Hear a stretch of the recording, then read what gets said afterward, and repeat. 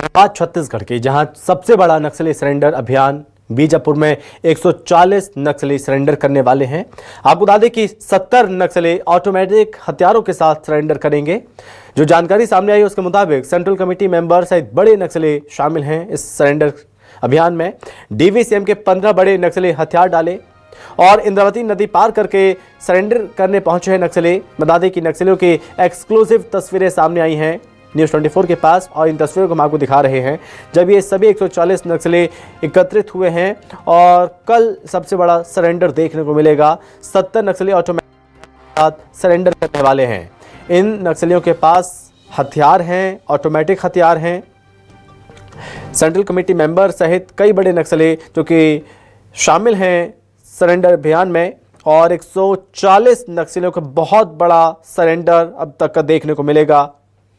और बता दें कि जगदलपुर पहुंच चुके हैं डिप्टी सीएम विजय शर्मा भी, जहां पर एक बड़ा कार्यक्रम होगा और उसी दौरान ये सभी नक्सली वहां पर हथियार डालेंगे, हथियार सौंपेंगे और आत्मसमर्पण करेंगे।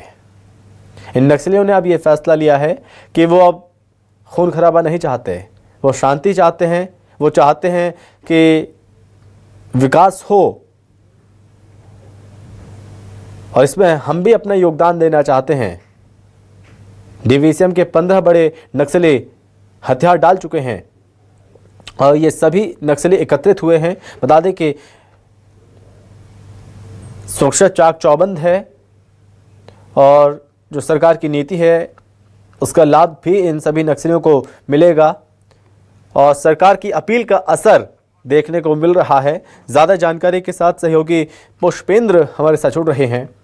पुष्पेंद्र, सबसे पहले आप सिलसिलेवार तरीके से बताइए क्या जानकारी और कितने टोटल नक्सली हैं, कितनी महिलाएं हैं, ऑटोमेटिक हथियार भी हैं, कई बड़े टॉप नक्सली लीडर्स भी हैं जिन्होंने हथियार डाल दिए हैं और सरेंडर करने वाले हैं ये सभी।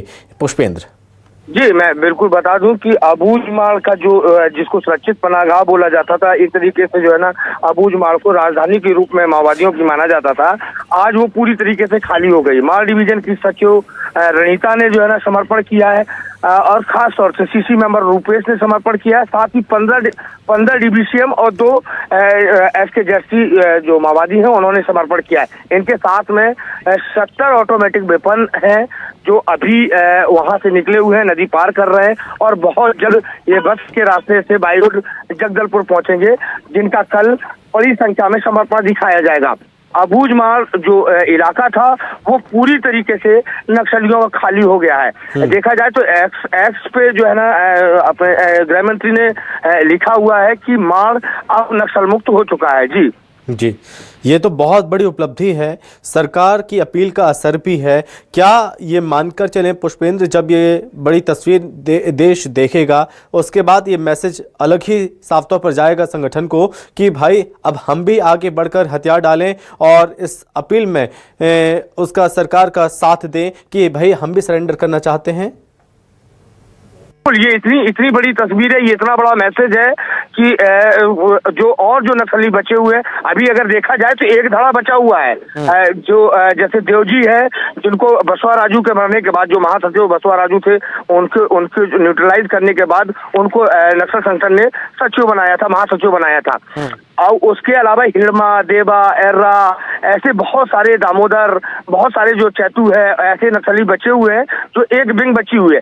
ये जो समर्पण जो इसका जो मैसेज जाएगा निश्चित रूप से उनके ऊपर प्रभाव पड़ेगा और फोर्स उनको किस तरीके से समर्पण करवाएगी या जिस तरीके से अभी जो बड़े बड़े माओवादियों को न्यूट्रलाइज किया गया है, क्या वो उस दिशा में जाएंगे, ये देखने वाली बात है। लेकिन ये निश्चित तौर पे एक बहुत बड़ा दबाव है और एक बहुत बड़ा मैसेज भी है। जी पुष्पेंद्र, क्या आप इस चीज़ को एकदम क्लियर बता सकते हैं कि अभी अगर आपके पास इस चीज़ को लेकर जानकारी है? क्योंकि हमने कल देखा महाराष्ट्र में जब 61 नक्सलियों ने सरेंडर किया तो कुल मिला के ये वो 6 करोड़ के नक्सली थे जिन्होंने इनामी नक्सली जिन्होंने सरेंडर किया था।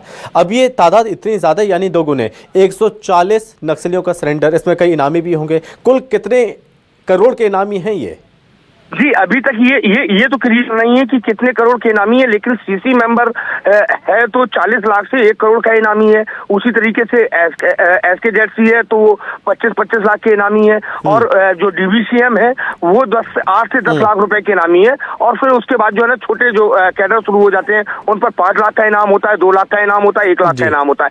लेकिन जो लोग समर्पण कर रहे हैं 140 की संख्या, ये सभी सशस्त्र माओवादी है और इन पे निश्चित तौर पे इनाम है ही है। तो ये मान के चलिए कि कम से कम ये 5 से 6 करोड़ के इनामी नक्सली हैं जिनका समर्पण होगा। ठीक है पुष्पेंद्र, बहुत धन्यवाद आपका तमाम जानकारी के लिए।